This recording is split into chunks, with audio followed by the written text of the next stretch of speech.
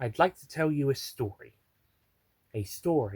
about a barber shop, about a barber who was not quite who he appeared, about a woman called Abby who was someone who also was not quite who they appeared, and about a mysterious traveller in time and space known only as the Doctor, who came to the barber shop one day to visit a friend and ended up being caught in the events of this story that would lead to the redemption of the barber. By the way, this video is not made for kids. The story's fine, but this video is not made for kids. Right, that's my contribution to this sketch. To quote Mr. Ringading, roll it.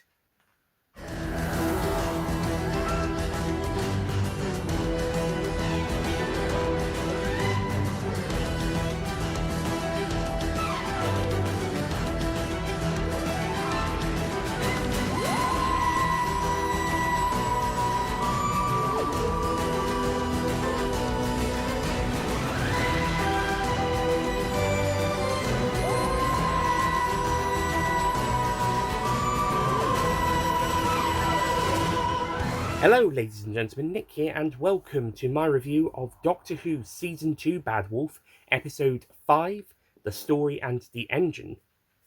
Written by Inula Elams, I believe.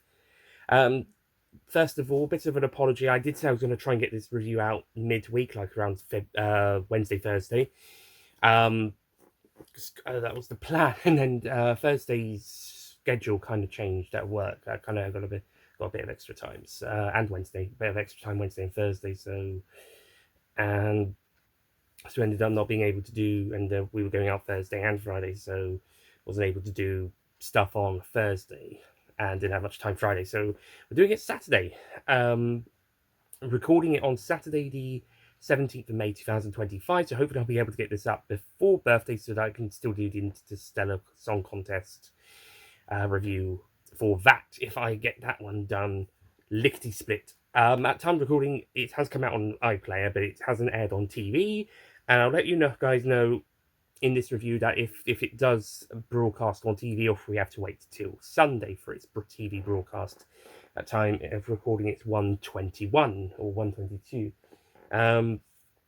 p.m, so I will edit something in here to say whether the Interstellar Song Contest did broadcast on Saturday night, or if it's been held off to Sunday night. Hello, Nick from a bit later on. I can confirm that the Interstellar Song Contest did indeed broadcast on BBC One on time on Saturday the 17th of May 2025. Yes! So, yeah, this review will go out after that episode is aired. And my slight change of plans, we might actually have the reaction maybe to the next day, tomorrow on the Sunday though. But the episode still did go out on time, so yeah.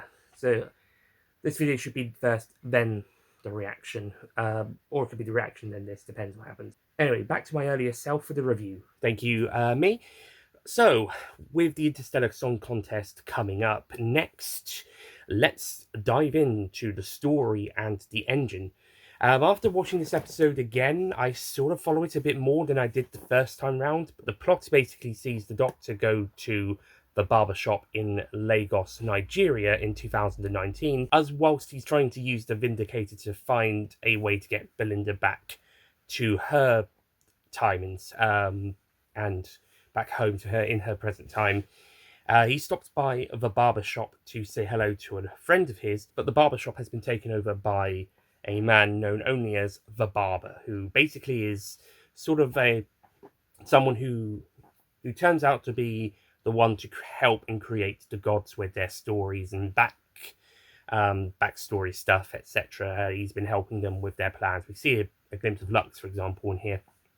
So he's the one behind them all, and then he's kicked out by the gods, so now he's trying to create a story engine with help from Daughter of God Anansi, Abby, to get back to them. And his plan, that Abby doesn't know, is to then kill the gods to get back at them for abandoning him after they got him to do their stories and so forth. So he's trapped the Doctor's friend and 3 other Nigerian people in this in the barber shop to use them to create so they can tell their stories so that they can power the story engine. And with the Doctor turning up, they believe they could get infinite story potential out of it. So that's basically the plot of this story. And first of all, my mum says that she doesn't like this episode because she doesn't really like the villain's motivation. But I personally thought it was really good. I think out of the 5 episodes this series, I would say each episode from Lux is still my favourite. Interstellar Contest could, by the way, change all of this. Because this is going to go out after that episode airs probably, or just before. I don't know. Depends on the editing time, and the uploading. So probably out after actually. But yeah, depends on how that episode handles. Out of the first 5 episodes, Lux is still my favourite, and then I think the following episodes have been not as good as the previous, but all of the episodes have been better than Robot Revolution. That's in my personal opinion. So my current ranking is Robot Revolution. I'll throw in Joy to the World next, then this one, Lucky Day, Lux. So I think the episodes have been going not as Lux is the best, and then they've been going less good as the one before, as the series has gone on, starting from Lux, but all of them above the first episode. But that's okay, because they're still really good episodes. I think this is a really good one. I did think after the second, maybe I might put this on a similar level to Lucky Day, but I think I might give Lucky Day the edge. I don't think I've got too much to say on this one, personally, actually. I've covered the story fairly quickly, and I've got some supportive stuff to mention that I will get to. I will say, I think, like with Boom last year, written by Stephen Moffat, and this has been mentioned by Mr. TARDIS, that the writer's been coming off stage plays, is that the episode does have a very stage play feel, and it's mainly set in the barber room, the occasional bit going to other rooms in the barber shop, or outside in the market, or just outside the shop. But for the majority of the episode, I'd say about 90%, maybe just under, and there's also some TARDIS stuff as well, but about 90% of the episode is in the barber shop itself, and I think it's a good location. I think it works well. We got a small band of supporting actors, supporting characters. We don't really know too much about the other ones, but we get something of them so that we can care about them, so the Doctor can help them get back. His friend, we get a good backstory with him at the start. That's very interesting, and it's nice that the Doctor can go to a place now in a black male incarnation. They can go to a place where they can feel accepted and have a good time at the barbershop and tell stories or just have fun. The Doctor doesn't get his hair cut there, although we do get a bit of that in the episode. But that's for the story purposes. But for the character, he doesn't really go there for the haircut. He usually does that in the TARDIS, unless he's the 12th Doctor, of course, or the 4th Doctor actually, or the 6th. But absolutely for the 8th. So that's why the 11th Doctor's eyebrows were getting less visible as time goes on. But yeah, he goes to the barber shop just to have a bit of fun. He's still trying to get Belinda back, and I will have a criticism of saying that the start of this episode after the titles is Belinda is like, "You need to get me home," and like, but you would like that, 2-3 weeks ago.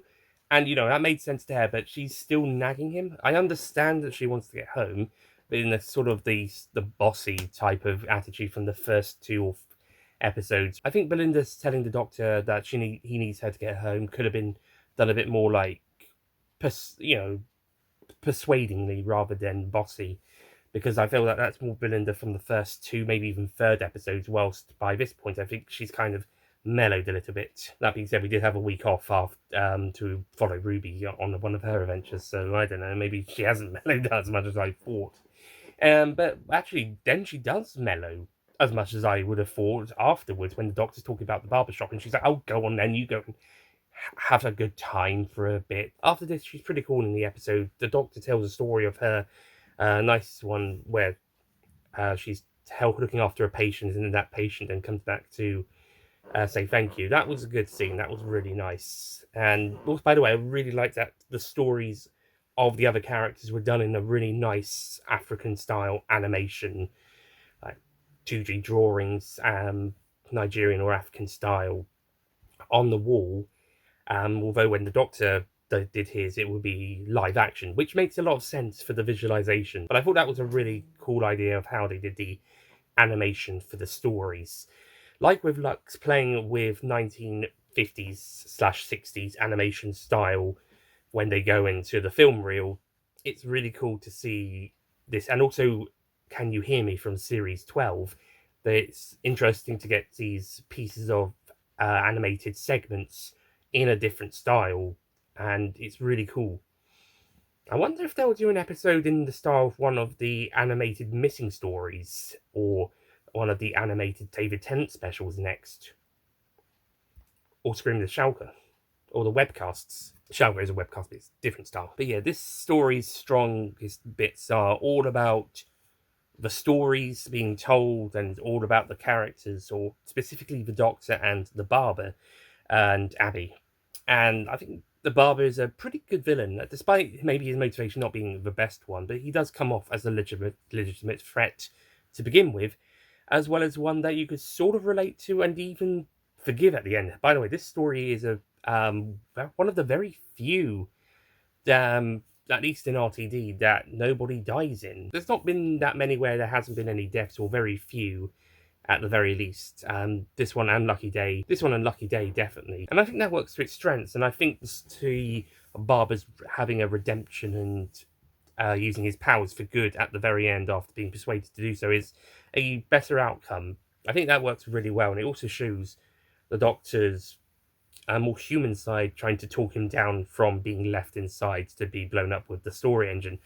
And yeah, I think the Barber as a character works. Maybe his motivation's not the greatest, but say he works well, and I think the actor does an amazing job. I've heard him be named as the MVP of the series by Mr. TARDIS. I'm going to be honest, whilst I still adore Mr. Ring-a-Ding, this series has had a load of MVPs. I think it's between Mr. Ring-a-Ding, Conrad's actor, and the Barber. It's between these three guys. And I'm still praising Mr. Ring-a-Ding on that pedestal. He's amazing.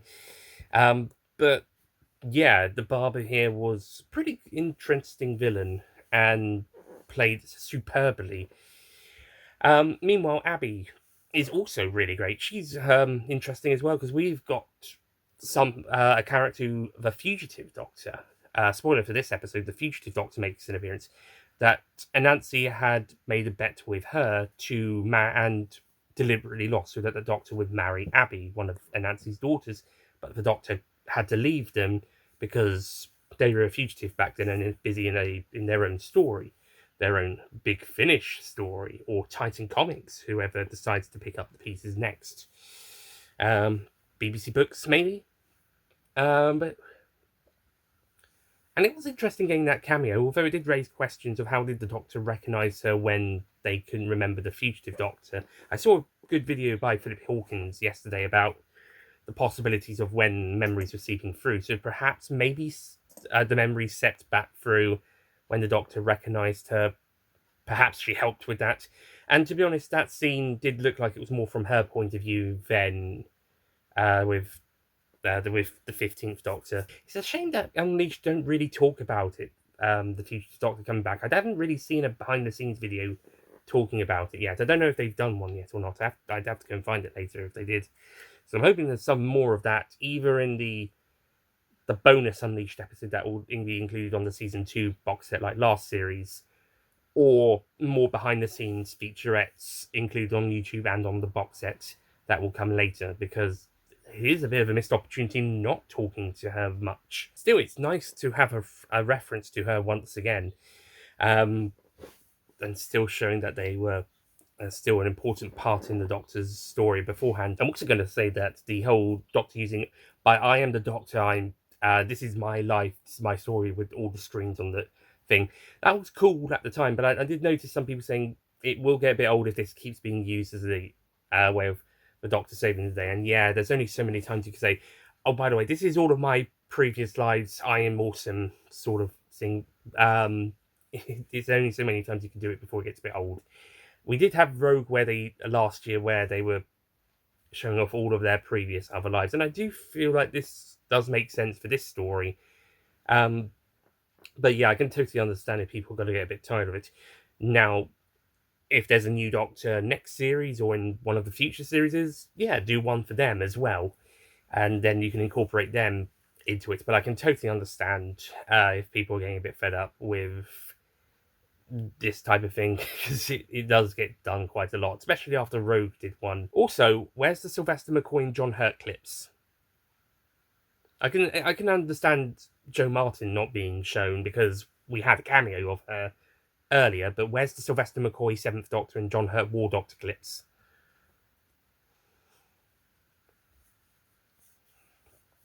I think they show every other Doctor except those two. Does that mean they're going to cameo in later episodes? We'll see. I wouldn't put it past them. Well, maybe not John Hurt, but Jonathan Carney, perhaps, as the War Doctor. Oh, now that would be awesome. Also, Captain Poppy from Space Babies makes an appearance in this episode, apparently, for some reason. We'll probably find out in one of the next episodes. Apparently, according to Nita Dobson, that has something to do with something or other. By the way, like I said, I'm recording this before I've watched the Interstellar Song Contest, so even if this video goes out afterwards, I'll know after I watch that one what goes down in that one. So if you've already seen it, either on iPlayer or this video goes out after the broadcast, and it does broadcast on the Saturday, then yeah. I don't know about, or the Sunday even. Then I don't know what's that one gone down with yet at time of recording. We'll get to that next time. Maybe I'll mention it in the reaction if it's non-spoilery, and if it's spoilery, next time. Same for the following two episodes after they come out. On terms of the production, this episode once again is really great with its cinematography. The sets look amazing. It's a very practical episode, besides when we show the quote World Wide Web, where what it used to be called before the humans created their own. That's the internet. But besides those bits, this is probably one of the lower budget episodes, along with the previous one, and then they've used most of the visual effects budget in the stuff with the spider and the web, which look pretty cool. I think it's pretty interesting that they made people believe that the spider was Anansi themselves, and then they were like, psych, actually no. But it does take some inspiration from Anansi. And yeah, I think that looks really great. As mentioned in the reaction, this story is basically Enola Holmes's, I think I butchered that name just now, stage show, The Barbershop, but given a Doctor Who twist, as requested by Ross Davis and Judy Gatwell, or suggested at least. And I think they've done a good job bringing that into the Whoniverse with a bit of a sci-fi twist and tying in with the overall gods and pantheons thing. And yeah, overall, I think this episode's really good. I do have one bit. There's one bit I wasn't so fussed about, was Belinda going through the market. Whilst the market looks great and Enola Elms has a cameo as one of the traders, it's just a bit of a odd bit where Belinda's like gets into a bit of trouble, accidentally stumbling through the market and causing a bit of a fuss. And then next time we see her, she's fine and not in trouble anymore. Like, I think that scene could have been cut from the writing department. Enola Elms can have his cameo in a, like, maybe they changed the scene up a bit and he can have his cameo there or somewhere else. But in that specific scene, it just felt like it could have been cut and you wouldn't really miss anything besides his cameo. But you know, Belinda stumbling through the market and getting into trouble, I think that could have been cut or changed up a bit. But yeah, only minor nils. Overall, I think this story is very well done, and that continues season 2 streaks, at least since Lux, of brilliant continuous stories for Rebel Revolution and for really great ones as well. So I'll be giving the story and the engine a 9 out of 10.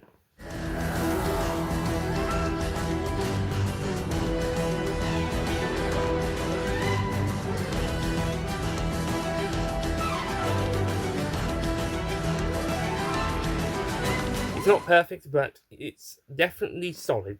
And it's got its entertaining values. It's a bit tricky to follow the first time, as at least for me, but on the second viewing, I was able to follow it a little bit better. As I mentioned, the reaction, that probably was going to be the case. Was the case.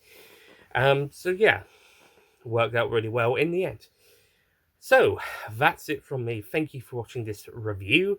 Next time, the Interstellar Song Contest. Now, because I have to film that bit for earlier in this video later, where I confirm if either the Interstellar Song Contest did air Saturday as planned, or if it had to be delayed to Sunday, or is iPlayer only, then this video probably will be coming out after the Interstellar Song Contest reaction video, because I'll probably record that little bit just before or just after as well. So hopefully by the time this video goes out, that reaction is up or not far behind, depending on uploading times. And then the Interstellar Song Contest review. Now, if I try and get to see this episode again, if I try and watch it again on Monday, perhaps, then I can probably do the review on Tuesday in time for Wednesday. But I might be doing slightly longer hours at work those days as well, so we'll see. Maybe the review will be filmed on Wednesday instead. In the meantime, thank you for watching this video, and I'll see you guys next time for the Interstellar Song Contest. It's a big one. See you then.